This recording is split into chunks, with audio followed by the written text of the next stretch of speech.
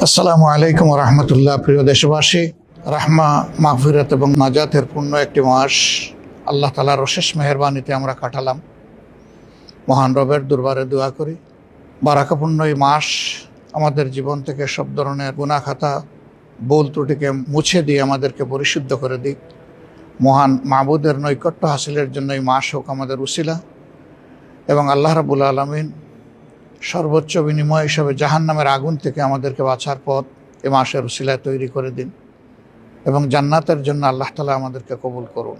বিগত 15.5 বছরের প্রচণ্ড দুঃশাসনের পর এবারকার ঈদ জাতীয় জীবনে একটি নতুন মাত্রা নিয়ে হাজির হয়েছে। এর মধ্যে অনেক মা তার সন্তানকে হারিয়েছেন, অনেক বোন তার স্বামী হারিয়েছেন, অনেক সন্তান তার পিতা হারিয়েছে, অনেক ভাই বোন তাদের ভাইকে হারিয়েছে, অনেক বোন তাদের ভাইকে হারিয়েছে, আবার অনেক ভাই তাদের বোনকে, মাকে হারিয়েছে।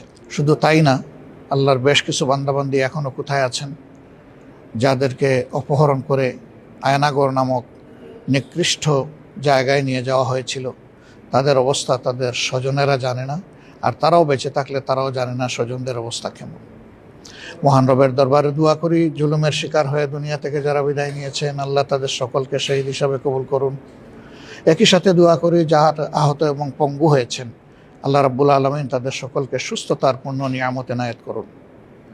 এবং যারা এখনও তাদের আপনজনের বুকে ফিরে আসেননি, আল্লাহ রাব্বুল আলামিন তাদেরকে বুকে ফিরিয়ে দেওয়ার ব্যবস্থা করে দিন। অতীব দুঃখের সাথে বলতে হয়, আজ যখন আমরা ঈদ উদযাপন করতে যাচ্ছি, তখন স্বৈরাচারের জুলুমের প্রতীক জনাব এটিএম আজহারুল ইসলাম, বাংলাদেশ জামাত ইসলামীর কেন্দ্রীয় নেতা, তিনি এখনও কারাগারেই বন্দি জীবনযাপন করছেন।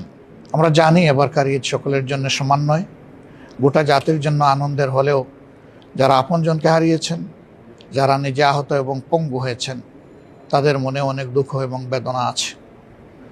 এই জাতির প্রত্যাশা চিরতরে এই ধরনের জুলুমবাজ এবং জুলুমবাজের অবসান হোক, যাতে ফ্যাসিজম বা দুঃশাসন আবার জাতীয় জীবনে ফিরে না আসে। এবারকার ঈদে জনগণের সেটাই আল্লাহ তাআলার কাছে কামনা হোক এবং প্রত্যাশা হোক। আমরা প্রিয় দেশবাসীর সকলের সুখ শান্তি, নেক হায়াত এবং সুস্থ জীবন কামনা করছি। বাংলাদেশকে আল্লাহ রাব্বুল আলামিন সব ধরনের আভ্যন্তরীণ এবং বাহ্যিক ষড়যন্ত্রের হাত থেকে রক্ষা করুন, এবং এই দেশটাকে আল্লাহ রাব্বুল আলামিন একটা শান্তির দেশ হিসাবে কোরআনের আলোকে, এই কোরআন নাজিলের যে মাস, এই মাসের উসিলায় আল্লাহ তাআলা এই দেশকে গড়ে তোলার তৌফিক এই জাতিকে দান করুন। সবাইকে অনেক অনেক শুভেচ্ছা। আসসালামু আলাইকুম রহমতুল্লাহ।